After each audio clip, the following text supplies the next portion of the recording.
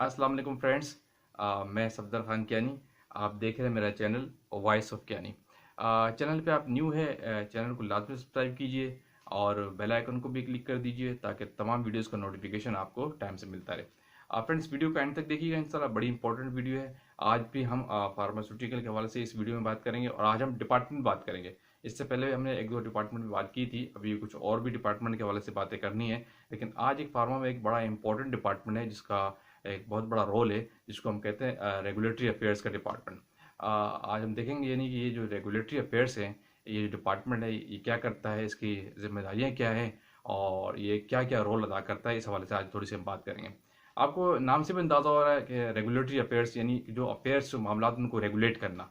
अब बेसिकली ये बेसिकली ये डिपार्टमेंट जो है एज ब्रिज का काम कर रहा होता है किसी मैन्युफैक्चरर और जो लीगल एजेंसीज उनके साथ।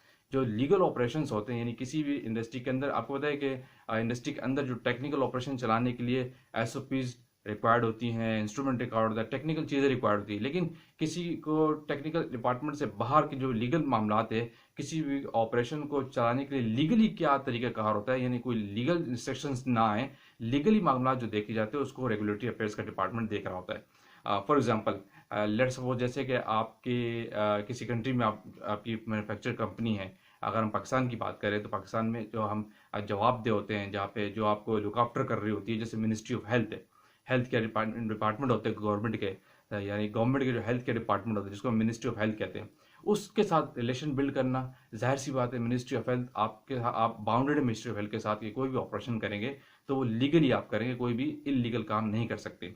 तो उनके साथ डॉक्यूमेंट बिल्ड करना, उनसे रिलेशन बिल्ड करना, उनको डॉक्यूमेंट प्रोवाइड करना, मैन्युफैक्चर से लेकर और मिनिस्ट्री को देना, मिनिस्ट्री गाइडलाइन मैन्युफैक्चर को देना, ये सारे जो रिलेशंस बिल्ड करते हैं, ब्रिज का जो काम करता है, ये रेगुलेटरी डिपार्टमेंट के लोग कर रहे होते हैं।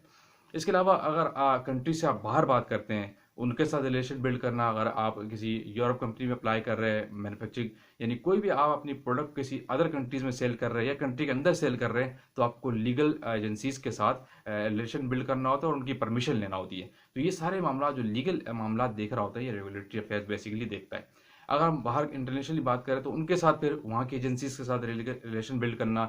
अब WHO है और क्या कहते हैं FDA हैं, इस तरह और बहुत सारी एजेंसीज है, ISO हैं, इनके साथ रिलेशन बिल्ड करना, उनकी गाइडलाइन को फॉलो करना। अगर वहाँ उन जगहों में आप अपनी मेडिसिन को सेल करना चाहते हैं, अपनी वहाँ की मार्केट कैप्चर करना चाहते हैं, तो उन एजेंसीज से आप अपनी अलाइनमेंट रखते हैं और उनकी लीगल रिक्वायरमेंट की फुलफिल जो होती है, जो उनको लीगल चीज़ें रिक्वायर्ड होती है वो आप फुलफिल करते हैं। और जो डॉक्यूमेंट रिक्वायर्ड और जो चीज़ें देनी होती हैं, ये सारे जो मामला होते हैं लीगल, ये रेगुलेटरी अफेयर्स के लोग देख रहे होते हैं। इसमें और भी बहुत सारी चीज़ें वो लोग देखते हैं। फॉर एग्जाम्पल, जैसे कि कंपनी के अंदर जो न्यू प्रोडक्ट डेवलपमेंट के काम होते हैं, आप कंपनी का लाइसेंसिंग अप्लाई करना, कोई कंपनी अपने मिनिस्ट्री अपने एरिया में लाइसेंस अप्लाई करती है। जाहिर सी बात है, अगर आपको कोई फार्मास्यूटिकल मैन्युफैक्चरिंग कंपनी ऑपरेट करनी है तो पहले आप लाइसेंसिंग अप्लाई करते हैं। तो उस लाइसेंसिंग अप्लाई में क्या क्या चीज़ें रिक्वायर्ड है, क्या डॉक्यूमेंट रिक्वायर्ड है, क्या गाइडलाइन फॉलो करती है, ये सारी चीज़ें ये लोग भी यही देखते हैं। इसके अलावा जो आप प्रोडक्ट अप्लाई करते हैं, फॉर एग्जांपल जब नई प्रोडक्ट आप बना रहे होते हैं, उससे पहले आपको उसकी रजिस्ट्रेशन लेनी होती है।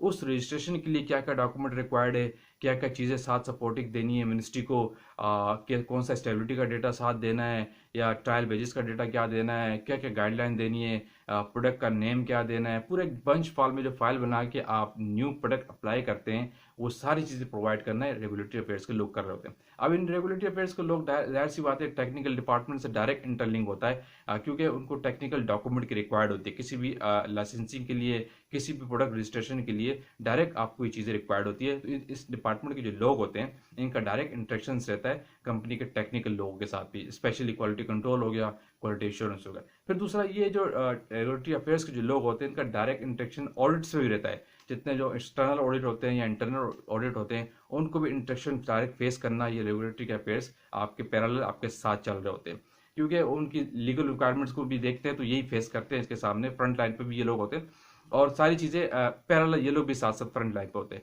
मतलब जो लीगल रिक्वायरमेंट्स हैं, कोई भी ऑपरेशन चलाने के लिए जो लीगली आप चीज़ें देखते हैं, उन सारे मामलों को ये लोग देख रहे होते हैं। इसके अलावा आप किसी कंपनी में जो आपका स्टाफ है, उनकी लाइसेंसिंग, फॉर एग्जांपल आपको पता है फार्मास्यूटिकल इंडस्ट्रीज के अंदर एक प्रोडक्शन के एंड से लाइसेंस जाता है, एक क्वालिटी कंट्रोल के एंड से लाइसेंस जाता है, डिस्पैच के एरिया से लाइसेंस जाता है, जो वहाँ के टीम होती है, जो वहाँ के स्टाफ होता है, उनके लाइसेंस अप्लाई होते हैं मिनिस्ट्री के अंदर, तब आपको डिपार्टमेंट का क्या कहते हैं लाइसेंस मिलता है। आपको क्वालिटी कंट्रोल डिपार्टमेंट चलाने के लिए आपके क्वालिटी कंट्रोल इंचार्ज का लाइसेंस जाता है मिनिस्ट्री में, उसका डॉक्यूमेंट जमा होता है। अब इस लाइसेंसिंग के अप्लाई के लिए और प्रोडक्शन के लिए भी, डिस्पैच के लिए भी, क्वालिटी के लिए भी, अब इन जो स्टाफ है आपका, इनका लाइसेंस जो अप्लाई होता है, उनमें जितनी चीज़ें भेजनी है, क्या क्या डॉक्यूमेंट लीगल भेजना है, उनकी डिग्रीज भेजनी है, क्या क्या सपोर्टिव चीज़ें जानी है, जो लीगल एग्रीमेंट्स करने हैं, ये सारी चीज़ें जो होती हैं ये रेगुलेटरी अफेयर्स के लोग आपके साथ और मिनिस्ट्री के साथ बैठ के काम कर रहे होते हैं। इनके एक ब्रिज का काम करते हैं, स्पेशली लीगल एजेंसीज के साथ और खासकर आपके मैन्युफैक्चर की कंपनी के साथ। तो ये सारे इंपॉर्टेंट से बड़ा इंपॉर्टेंट डिपार्टमेंट है बेसिकली, और ये डिपार्टमेंट जो है ज़्यादातर जो इनके ऑपरेशंस जो होते हैं ये डिफरेंट गाइडलाइन को फॉलो करते हुए होते हैं। इन डिपार्टमेंट में जो भी लोग काम कर रहे होते हैं उनको, उनके लिए नेसेसरी है कि उनको डिफरेंट गाइडलाइंस का पता होना चाहिए। WHO की गाइडलाइन क्या है, ICH की गाइडलाइन क्या है, और CGMP की गाइडलाइंस क्या होती हैं। गाइडलाइन के बारे में अवेयरनेस भी होना बहुत ज़रूरी है, क्योंकि उसकी बेसिस पे भी इम्प्लीमेंटेशन हो रहे होते हैं नए से नए, और एजेंसीज की तरफ से भी जो गाइडलाइंस आती है उनको अपनी कंपनी में अप्लाई करना, कंपनी की तरफ से जो इनपुट हो रहा होता है उनको एजेंसी में जाके बताना, ये सारी चीज़ें जो देख रहे होते हैं ये रेगुलेटरी अफेयर्स के लोग ही देख रहे होते हैं। अब मैं लाइसेंस की बात कर रहा था, जो जो डॉक्यूमेंट जाता है वो सारी चीज़ें ये रेगुलेटरी के लोग देखते हैं। इसके अलावा फिर जो नई प्रोडक्ट का डॉक्यूमेंट आप भेजते हैं, अगर मिनिस्ट्री ने कोई डॉक्यूमेंट मांगा है, कोई सैंपल मांगा है, तो वो भी direct interaction through regulatory affairs हो रहा होता है। क्वालिटी एश्योरेंस भी इन्वॉल्व होता है बहुत ज़्यादा, लेकिन रेगुलेटरी अफेयर्स के लोग इसको प्रोमिनेंट बेस कर रहे होते हैं। तो ये जितनी चीज़ें हैं रेगुलेटरी डिपार्टमेंट की, बड़ा इंपॉर्टेंट डिपार्टमेंट है। अब ये, और दूसरा एक चीज़, ये डिपार्टमेंट आपके टेक्निकल लोग के स्टाफ जो होता है, जैसे प्रोडक्शन का, क्वालिटी का, या प्लांट के लोग होते हैं, उन जैसी इनकी जॉब नेचर नहीं होती। ये बेसिकली अपने ऑफिस में जॉब करते हैं। इनका फाइल बंचिंग का काम, गाइडलाइन देखना, ऑनलाइन ईमेल लेना, सारी चीज़ें लेना, गाइडलाइन लेना और वहाँ से कलेक्ट करना डेटा, फाइलिंग करना, आपके बैच रिकॉर्ड का, टेक्निकल डॉक्यूमेंट का सपोर्टिंग का फाइल अप करना, ये सारी चीज़ जो बनाना और इनको कंपाइल करना, ये रेगुलेटरी अफेयर्स के लोग ही ज़्यादातर कर रहे होते हैं। तो बड़ा इंपॉर्टेंट डिपार्टमेंट है। इसकी अपॉर्चुनिटीज़ किसी के पास हो तो अच्छी बात है। इस डिपार्टमेंट की अपनी एक वर्थ है और बहुत नेसेसरी डिपार्टमेंट है फार्मास्यूटिकल के हवाले से।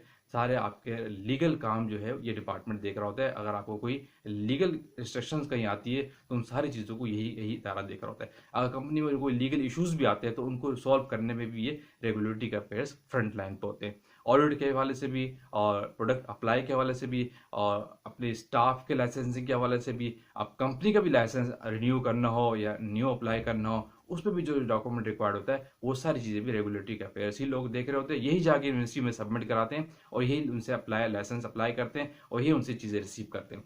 तो मीन्स इन सिंपल ये कि रेगुलेटरी अफेयर्स का जितना जो मेन पर्पस जो ऑपरेशंस होता है, जितने भी कंपनी के लीगल अफेयर्स होते हैं किसी अपनी एजेंसी के साथ, अपनी कंट्री के अंदर और कंट्री से बाहर भी जो लीगल अफेयर्स को देखना होता है, वो सारा रेगुलेटरी अफेयर्स देख रहा होता है। तो फ्रेंड्स, इस वीडियो को हम यहाँ क्लोज करते हैं। फिर किसी और टेक्निकल चीज़ के साथ आएंगे, और उस वक्त तक के लिए इजाज़त। Thank you. अल्लाह हाफिज़।